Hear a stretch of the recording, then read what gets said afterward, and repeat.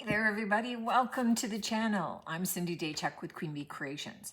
Now, when you have a shop like I do, or if you do seasonal markets or regular craft shows or things like that, then you are always creating a stash of items to use later. You have to get them when you see them. That's what this mess behind me, this glorious mess, is all about, which I know drives some of you crazy, but it's kind of an organized chaos, and there's no good way of storing that, apart from creating another shelf, and there is no place here to put another shelf. I have racks of home decor that is all listed on the website, but not in the front of the store because there's no room. It's a whole thing. Trust me, it's as organized as you're ever going to see it. If it really bothers you, just look here. Don't look at me. Don't look behind me. Just look down. But it means in the spring, I thrifted this jar. I mean, come on. You could not ask for something that looked more pumpkin-y, right? It's perfect. So we are going to do what I envisioned back in the spring. I think it was like March, maybe April, so very early spring. I've been hanging on to this in anticipation of painting a pumpkin. Now, we're going to have a little fun with it.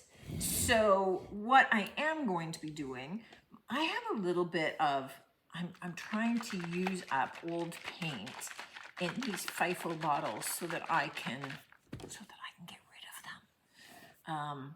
It seemed like a good idea at the time. Really don't like them.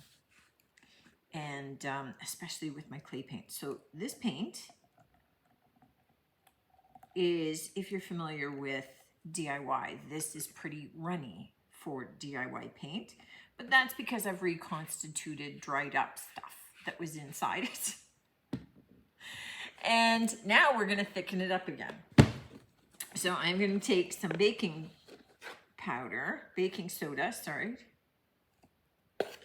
and we're going to mix this in. If you have salt wash, so manufactured product, it works great. Use that. I have a video where I show you using different substances. Baby powder works great as well. Smells lovely. So I just want to have something textured. We're not just painting it orange and going from there. Now, Summer Crush, there is in the DIY line, there is a brighter orange called Fire Starter, so you could use that if you wanted to go more pumpkin-y. I love this kind of rusty, a little bit more terracotta-y kind of orange, and especially with, I want to do some other stuff to color it once this part's done. So it's going to work great. Now, we're getting thicker, but I want to add some textures. So that's what we're looking at doing. And I just like to add it in slowly and mix it in, get it mixed in well, let it start to absorb, see what the texture's like, go from there. Yes, one more scoop, and then we're there. And what I am going to do is I'm going to take an old chip brush. So, you know what? I don't use a good brush for this. I'm just using an old ratty chip brush. It's a $2 brush. Sometimes I just throw them out afterward when they're really, really disgusting with whatever I did. Other times I wash them out and I use them again, so I get a lot of use out of them. All right, this is better. I don't want this first pass to be exceptionally thick, but I do want it to be thick enough to kind of stick on, adhere on. Now, before I get going too far, let me see how tall this is. Okay, I'm going to be able to balance it upside down. And I'm just doing that because I fully intend to paint the bottom. So I'm going to get this first coat on and let it dry completely. And then I'll come back at you to show you the second coat, because that one I'm going to do probably even a little bit thicker than this, but I'm liking getting some of that texture already rather than just a flat, smooth surface, which is perfect for the look I have in mind. Now that our pumpkin is dry, or mostly dry, you can see the damp spot still up there. I want to do a second coat, but I am going to add just a little bit more baking soda to this. Make it a little bit thicker. There we go. And it's already a little bit thicker than when I used it before, as it was just sitting. But you can see it's a little bit more gloppy. That's a technical term. All right, and so for this coat, I am going to just kind of pounce it in place. So I'm adding some texture to it, getting a little bit of raised surface on it. I still have other paints that I'm going to be adding, so no worries. But I am going to try and get as even a coat of this as possible. So good coverage, I guess, is really what I'm saying. And then I'm going to put it off to the side to dry. And this is going to take longer to dry because it's much thicker. We've got that heavy texture on it. So I'm going to leave it overnight to make sure that when I go to do my next coats, because they're going to be quite watery, they're going to be very thin, that I'm not going to be causing this to kind of reactivate and run off as well. Remember, this is unsealed paint that we're using for this. I mean, you could use a paint with a built-in sealer if you want. I just particularly wanted this color. Our pumpkin has had overnight to dry. You can see the awesome texture on it. What we want to do is take it from just kind of a uniform flat color. And for this round, we're going to add paint washes from the bottom to the top. So what I'm going to do is I'm going to grab a brush. I'm just looking for maybe a slightly fatter one. I have some water here. Now, the first thing that I have is I have washes already made up. When I get to the dregs of my DIY paint, meaning that there's just a little bit in there, I toss in water, shake it around, mix it up. This one is a blue wash, meaning all of my blues, when they get down there and I do this, I just dump them in here. So it's like a whole compendium of different ones. We did this one recently. It's got greens and some yellows in it. So we're going to add some of these washes. I also have a misting bottle so that if, oh Lord, so that if my wash in a particular area is a little too strong, I can dilute it and make it run a little bit more. I'm using water on my brush as it is, and I'm just going to be letting this drip.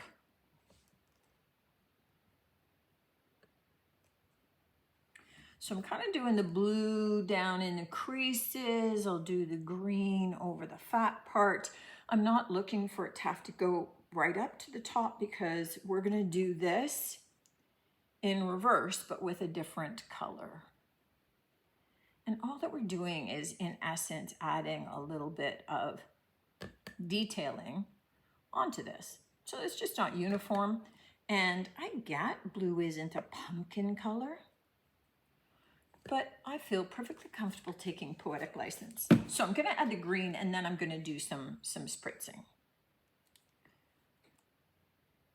And this just kind of has a will of its own, this green, guys. So we'll just go with it.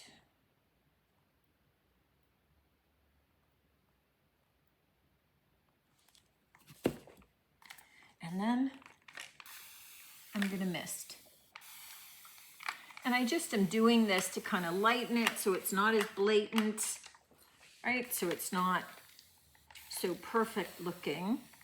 And to just give it a little bit more of an organic feel. I don't want it to have this overall painted look. We've got all of those crevices, right? We've got those highs and lows that were created from adding our texture medium. We use baking soda, but we're just kind of trying to see from your side where I need to go now.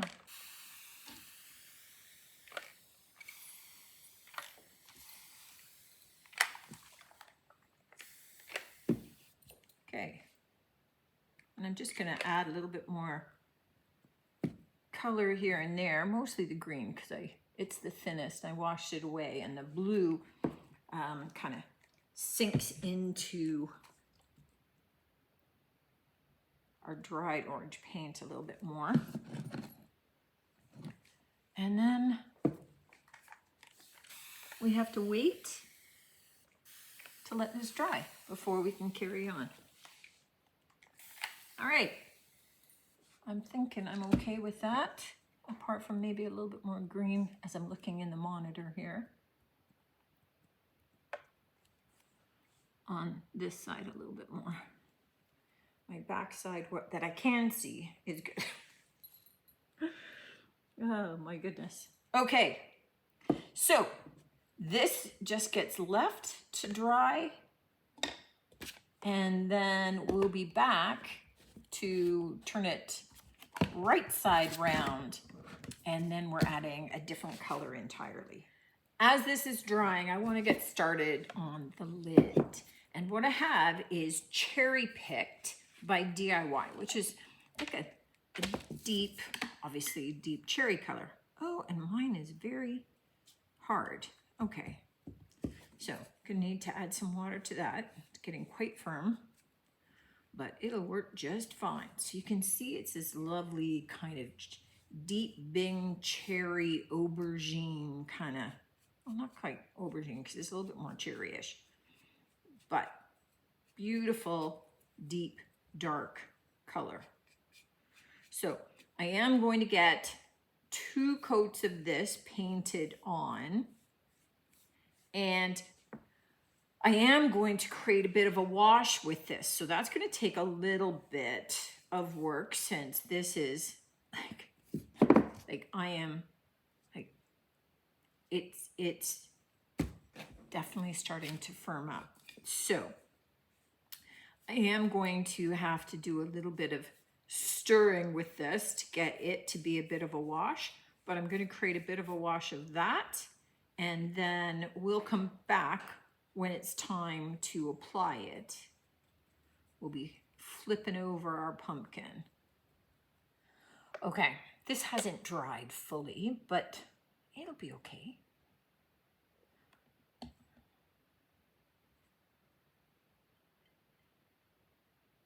This is me. It'll be okay, maybe. I'm going to turn it over and kind of balance it. Now, I've painted the lid in our Cherry Picked, and this I've now added water to and kind of broken it up, took all the hard pieces that had dried up on the lid, added that to it. I'm going to leave that to reconstitute. So the clay in this paint will start to absorb the water, and then I can just use it again as paint. This brush is already kind of dirty, so I'm just going to start adding my Cherry Picked around the rim. And I'm just going to let that bleed down like I let those other colors bleed as well. So now we're just going in the opposite direction. I'm just using more along the rim so that it all kind of blends in with that solid color that the lid is.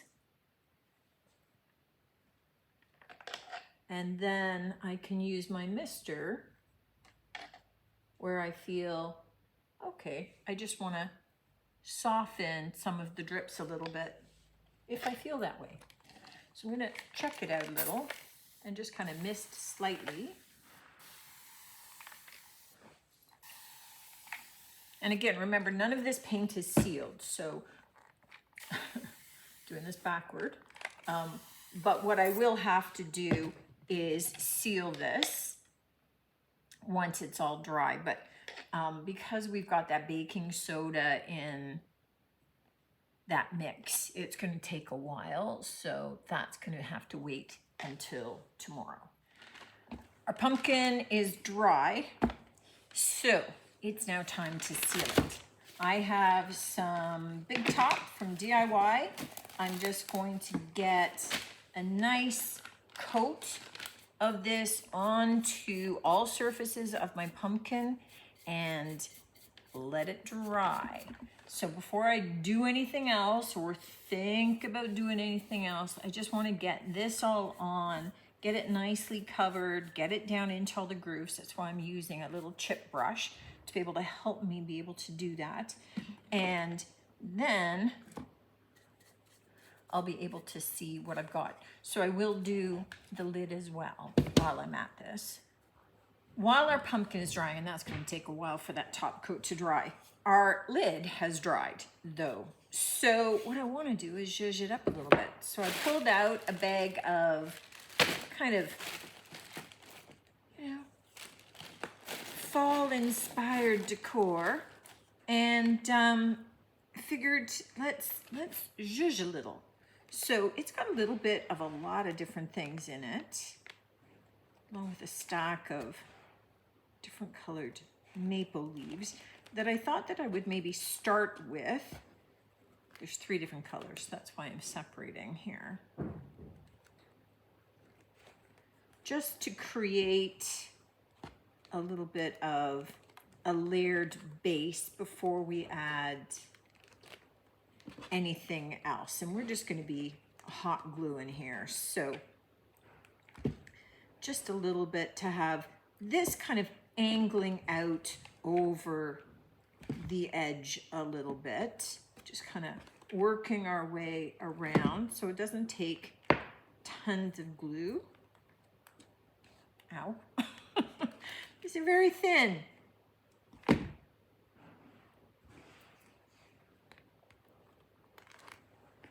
we go.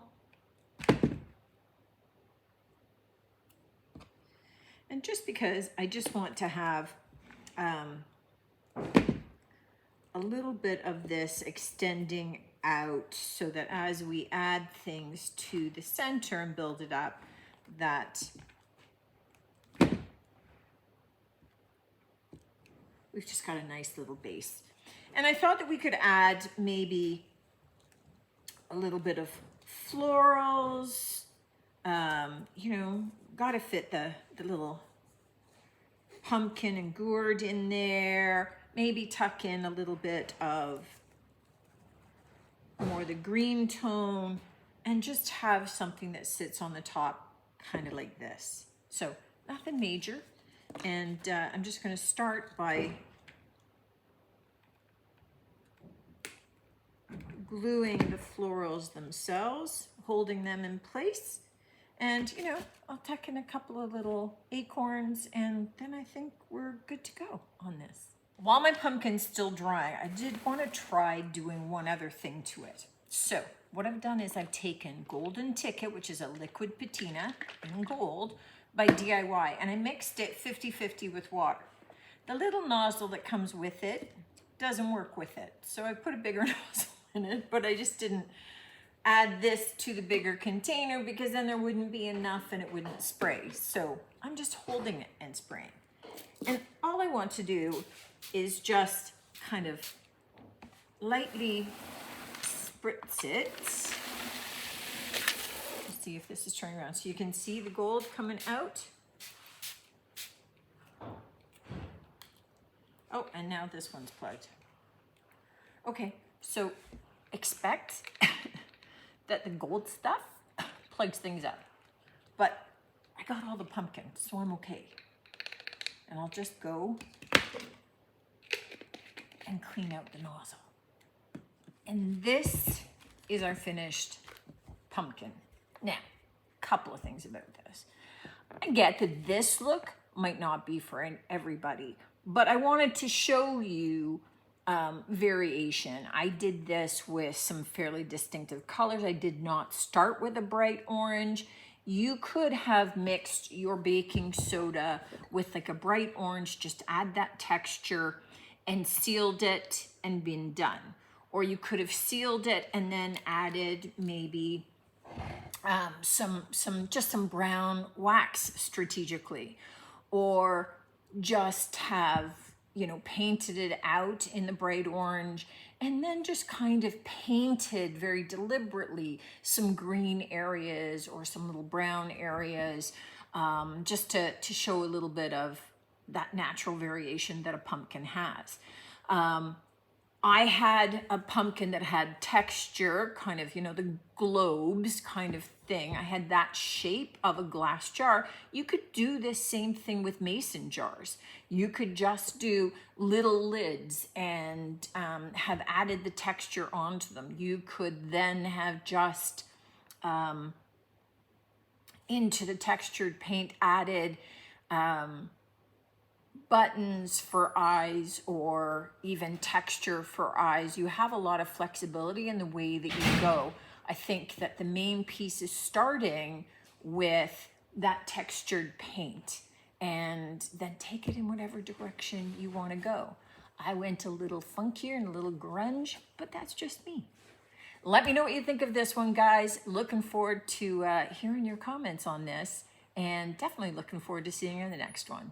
Until then, take care.